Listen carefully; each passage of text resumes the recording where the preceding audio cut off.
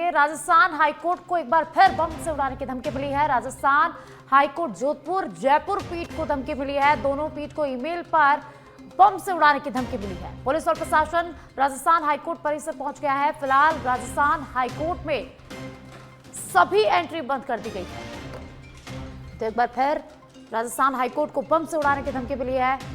तो धमकी मिलते ही पुलिस और प्रशासन राजस्थान हाईकोर्ट परिसर पहुंच चुका है और सर्च अभियान यहां पर शुरू कर दिया गया है। और फिलहाल राजस्थान हाईकोर्ट में सभी एंट्रियों को बंद कर दिया गया है।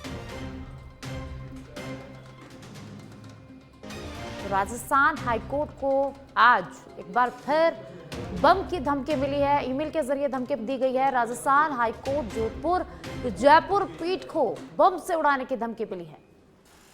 बम की सूचना मिलते ही पुलिस और प्रशासन हाईकोर्ट परिसर पहुंचा, जहां सर्च किया जा रहा है। इसी के साथ हाईकोर्ट के सभी एंट्री गेट्स को बंद कर दिया गया है। ज्यादा जानकारी के लिए सहयोगी जितेश मेरे साथ फोन लाइन पर जुड़ चुके हैं। जानकारी उनसे लेंगे।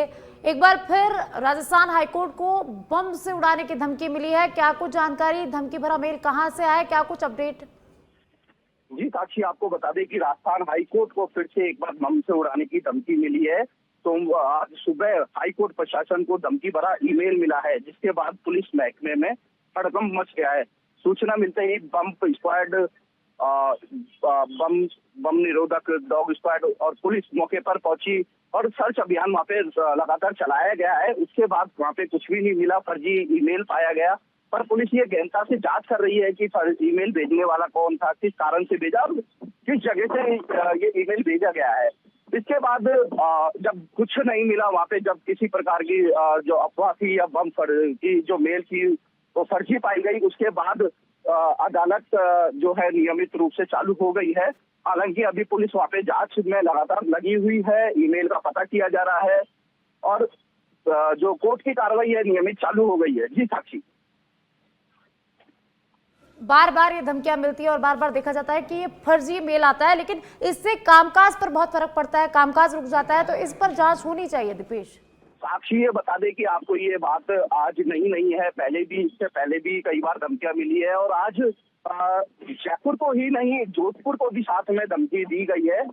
तो ये बात कोई नहीं है और इस पर लगातार पुलिस जांच कर रही है। पहले भी पुलिस ने जांच की है और साइबर जो टीम है उसकी भी मदद ली जा रही है। साइबर टीम भी लगातार इस पे कार्रवाई कर रही है। जी, बहुत बहुत शुक्रिया दीपेश इस तमाम जानकारी के लिए।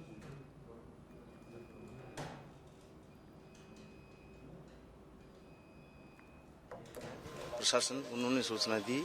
इस सूचना पर हमने बीडीएस की 2 टीम बुला के और गहन दोनों परिसरों में गहनता से वह अपने पार्किंग वगैरह जो भी हाई कोर्ट का परिसर है उसको पूरे को चेक करवा दिया। बिल्कुल शांति है, ऐसी कोई वस्तु भी संदिग्ध नहीं पाई गई। तो क्या सभी तरीके की जांच कर ली गई? सभी सभी ब्लॉक, सभी चैम्बर वगैरह। हेलो, और 10:30 बजे सुनवाई शुरू हो गई?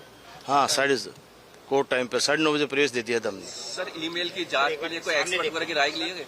नहीं, वो तो लेंगे। अभी मुकदमा दर्ज होगा उसके बाद होंगे वो प्रक्रिया बाद में चालू होंगी। अभी तो हमने चेक कराया है।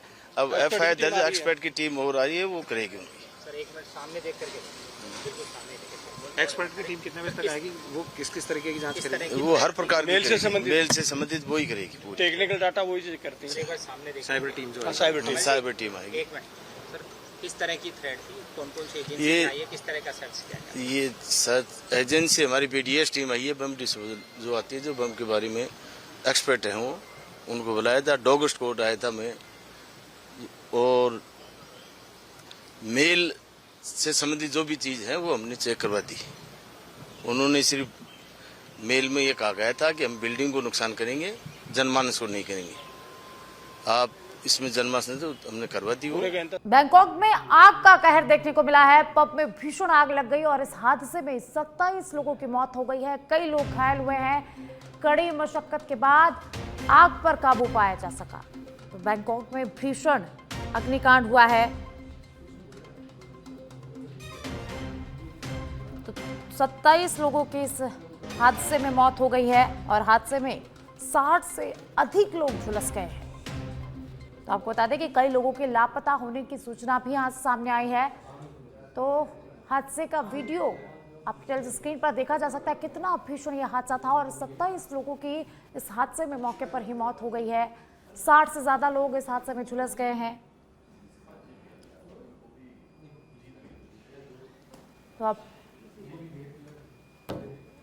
तो बैंकॉक की ये भयावह तस्वीरें आप देखिए, जहां पब में भीषण आग लग गई और इस भीषण हादसे में 27 लोगों की दर्दनाक मौत हो गई है। कई लोग इस हादसे में झुलस गए हैं जिनका उपचार किया जा रहा है और अब इस पूरे मामले की जांच की जा रही है। किन कारणों से आग लगी, इन सभी पहलुओं से मामले की जांच की जा रही है।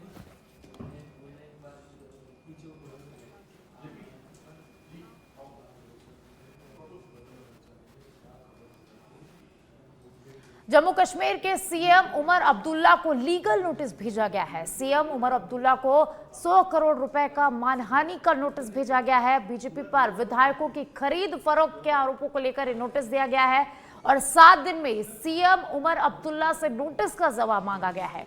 तो बीजेपी की जम्मू कश्मीर यूनिट की तरफ से ये नोटिस भेजा गया है। तो जम्मू कश्मीर से बड़ी खबर है, जहां जम्मू कश्मीर के मुख्यमंत्री को लीगल नोटिस भेजा गया है।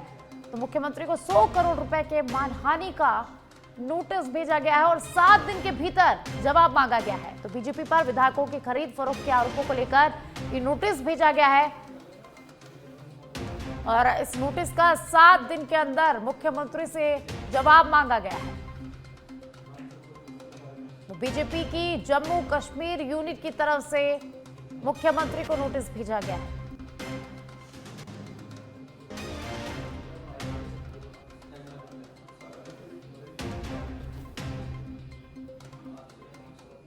जम्मू कश्मीर में देश विरोधी किताब का मामला, गिरफ्तार 3 पब्लिशर्स को 10 दिन के रिमांड पर भेजा गया है। तीनों पब्लिशर्स को रिमांड पर भेज दिया गया है। काउंटर इंटेलिजेंस ने कल गिरफ्तारी की थी। किताबों में अलगाववादियों की तारीफ की गई थी। किताबों में भारत के खिलाफ जहर उगला गया। पब्लिशर्स पर बीएनएस यूएपीए की धाराओं में केस दर्ज कर लिया गया है। किताब लाइब्रेरी कैसे पहुंची, इसकी भी जांच जारी है। तो साजिश के तार भी जोड़ने की यहां पर इंटेलिजेंस जुड़ी हुई है।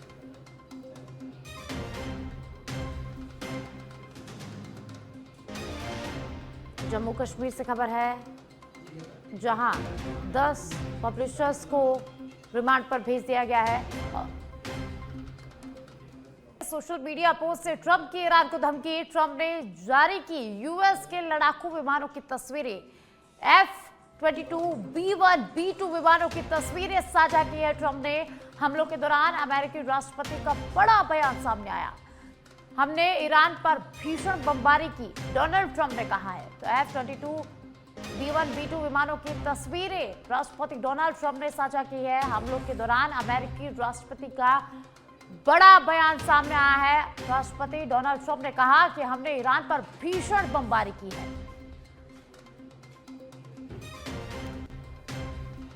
सोशल मीडिया पोस्ट से ट्रंप ने ईरान को धमकी दी है। तो ट्रंप ने यूएस के लड़ाकू विमानों की तस्वीर जारी की है।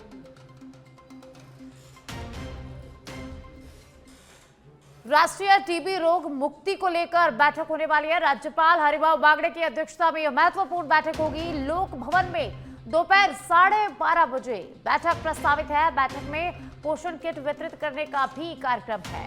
तो बैठक में चिकित्सा मंत्री गजेंद्र सिंह खीवसर, मुख्य सचिव वी श्रीनिवास मौजूद रहेंगे।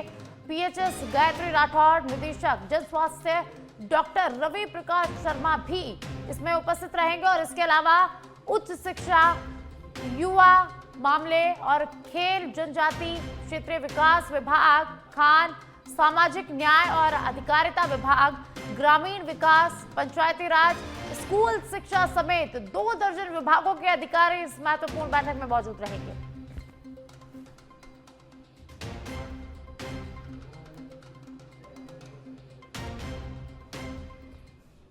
और अब कोटा के सांगोद से बड़ी खबर है। जमीन विवाद को लेकर खूनी संघर्ष देखने को मिला। 2 पक्षों के बीच लाठी डंडे चले और धारदार हथियार भी यहां पर चले हैं।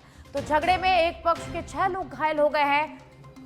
2 गंभीर घायलों को कोटा रेफर कर दिया गया है। सांगो थाना क्षेत्र के कांगनिया गांव का ये पूरा मामला है, जहां 2 पक्षों में खूनी संघर्ष हुआ है। 2 पक्षों के बीच जमकर लाठी डंडे चले हैं, धारदार हथियार चले हैं और इस झगड़े में एक पक्ष के 6 लोग घायल हो गए हैं।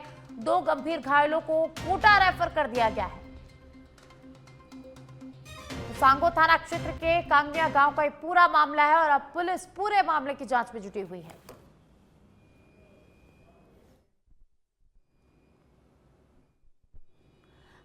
तो कोटा के सांगोद से ये बड़ी खबर है, जहां जमीनी विवाद को लेकर 2 पक्षों में खूनी संघर्ष हुआ और इस विवाद का वीडियो भी सामने आया है। तो ये वीडियो आपके स्क्रीन पर, जहां 2 पक्षों में खूनी संघर्ष हुआ। जिस समय जिले के लाठक क्षेत्र में स्वर्ण नगरी एक्सप्रेस की चपेट में आने से एक किसान की दर्दनाक मौत हो गई है। हादसा सोडाकोर पुलिया के पास उस समय हुआ जब किसान रेलवे ट्रैक पार कर रहा था। तेज गति से दिल्ली जा रही स्वर्ण नगरी एक्सप्रेस की चपेट में आने से उसकी मौके पर ही मौत हो गई।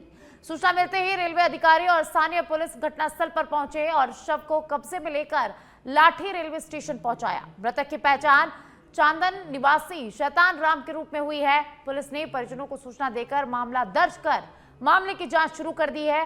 हादसे के बाद क्षेत्र में शोक का माहौल है।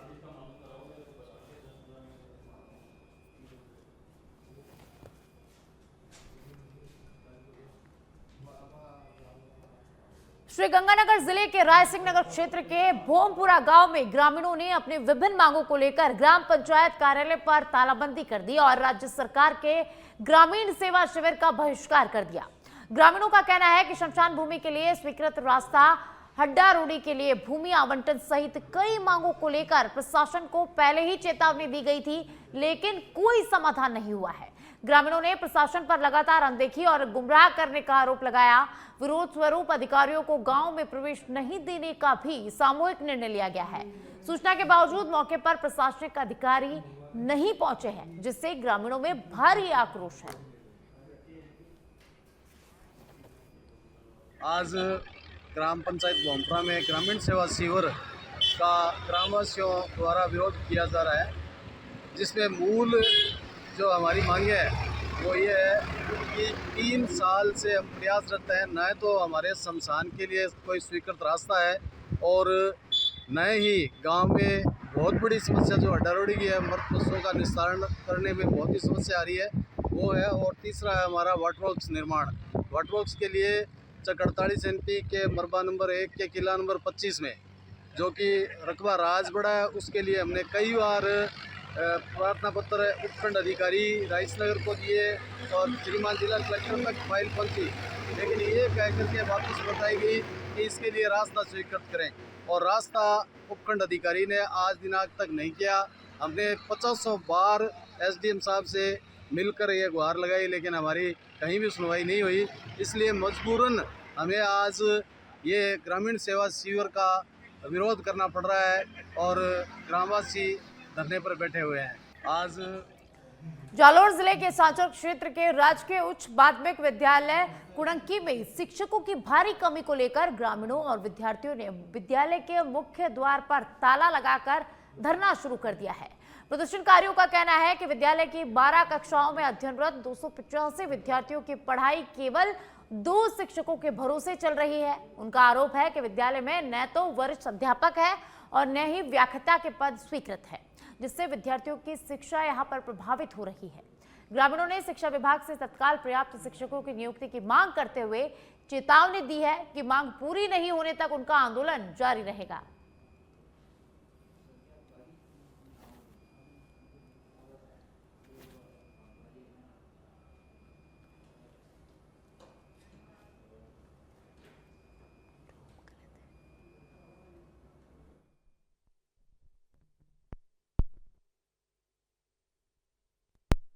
सिरोही जिले के अनादरा क्षेत्र स्थित राजकीय उच्च माध्यमिक विद्यालय नांगाणी में शिक्षकों की भारी कमी को लेकर विद्यार्थियों ने सोमवार को विद्यालय के मुख्य द्वार पर ताला लगाकर विरोध प्रदर्शन किया है।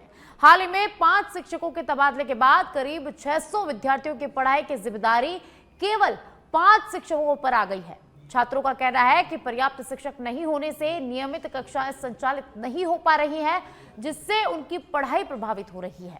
प्रदर्शन में अभिभावकों और ग्रामीणों ने भी विद्यार्थियों का समर्थन करते हुए शिक्षा विभाग से तत्काल शिक्षकों की नियुक्ति करने और शिक्षण व्यवस्था सुचारू करने की मांग की है।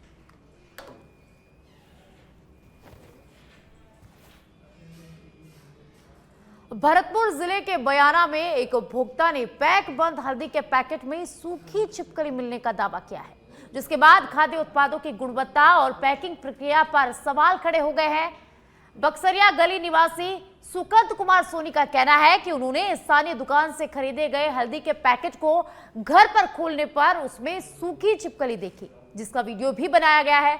तो वहीं संबंधित ब्रांड के संचालक ने दावा किया कि मसालों की पैकिंग से पहले पूरी गुणवत्ता प्रक्रिया अपनाई जाती है। फिलहाल उपभोक्ताओं ने मामले की निष्पक्ष जांच कर दोषियों के खिलाफ सख्त कार्रवाई की मांग की है।